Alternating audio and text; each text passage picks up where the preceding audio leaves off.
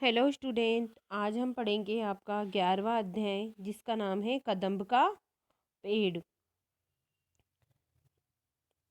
तो यह एक कविता है और इस कविता में एक ऐसे बालक के मनोभावों को प्रकट किया गया है जो कदम्ब के पेड़ पर बांसुरी बजाते हुए कन्हैया बनकर माँ के साथ खेल खेलना चाहता है। वह कल्पना करता है कि उसके घर के समीप खड़ा कदम्ब का पेड़ यमुना नदी के किनारे होता तो माँ उसे 2 पैसे वाली बांसुरी ले देती। कदम की डाली किसी प्रकार झुक जाती और वह उसके सहारे पेड़ पर ऊंचा चढ़कर बांसुरी बजाते हुए माँ के साथ छुपने का खेल खेलता। उसकी इन कल्पनाओं में माँ की डांट और लाड़ दुलार दोनों समाये हुए हैं। यह कदम का पेड़ अगर माँ होता यमुना तीरे, मैं भी उस पर बैठ कन्हैया बनता धीरे धीरे, ले देती यदि मुझे बांसुरी तुम 2 पैसे वाली, किसी तरह नीचे हो जाती यह कदम की डाली।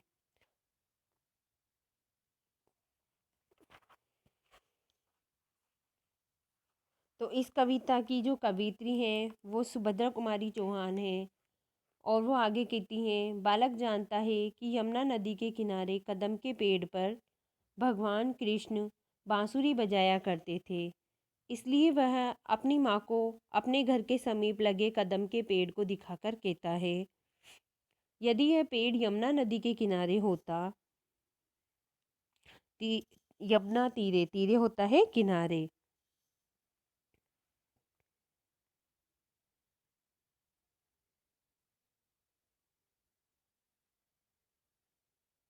तो वह भी उस पर बैठकर धीरे धीरे कन्हैया बन जाता। इसके लिए 2 पैसे वाली एक बांसुरी माँ के द्वारा दिलवाने की मामूली सी आवश्यकता होती। केवल वृक्ष की डालियाँ ऊंची हैं, उस पर चढ़ना बालक के लिए कठिन है। इसलिए वह यह भी चाहता है कि उन डालियों में से एक डाली भी नीचे हो जाती, तो किसी तरह नीचे हो जाती है कदम की डाली, तो एक डाली नीचे हो जाती ताकि वह सरलता से वृक्ष पर चढ़ सकता।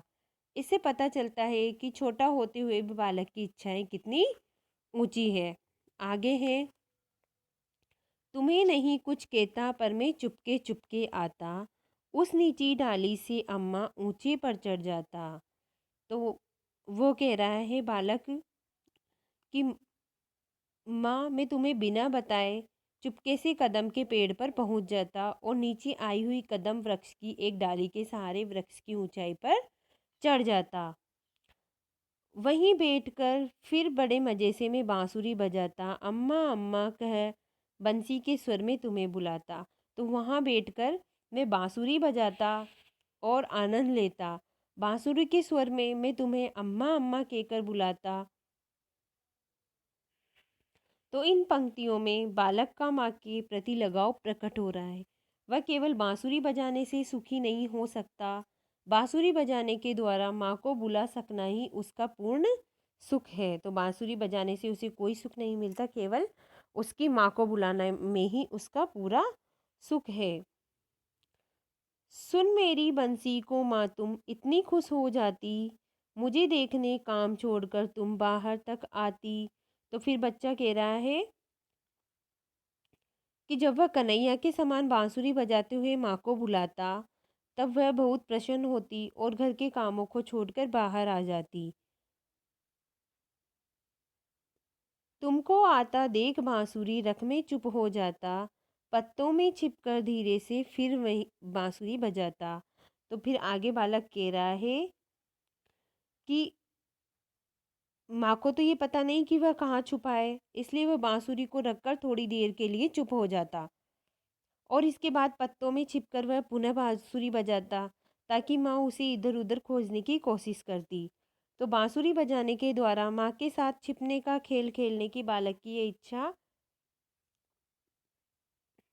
हमें बहुत आकर्षित करती है। फिर आगे है, गुस्सा होकर मुझे डांटती कहती नीचे आजा, पर जब मैं न उतरता हंसकर कहती मुन्ना राजा, नीचे उतरो मेरे भैया तुम्हें मिठाई दूंगी, नए खिलौने माखन मिश्री भी मैं तुम्हें दूंगी।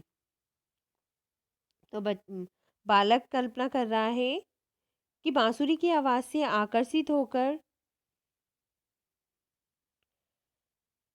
जब माँ उसे ढूंढने आती तो वह कदम पर वृक्ष के पत्तों में छिपकर बांसुरी बजाता। तो माँ को क्या होता, गुस्सा होता और वो उसे डांटती और गुस्से में डांट कर उसे नीचे आने को कहती। परंतु जब वह नहीं आता तो वो कहती, पेड़ के ऊपर सुरक्षित बच्चा माँ के गुस्से का सामना करने के लिए नीचे नहीं आना चाहता।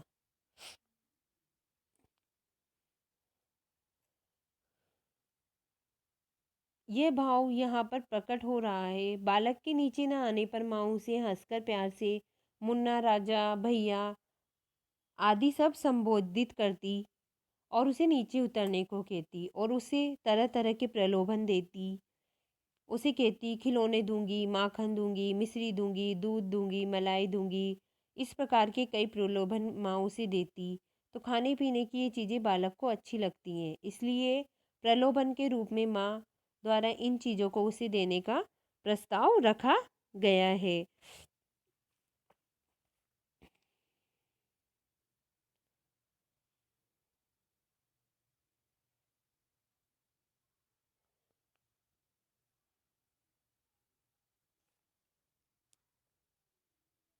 तो इस वीडियो में यहीं तक का लेते हैं। इसके बाद में इसका जो सेकंड पार्ट है वो नेक्स्ट वीडियो में अपलोड किया जाएगा। Okay, bye student.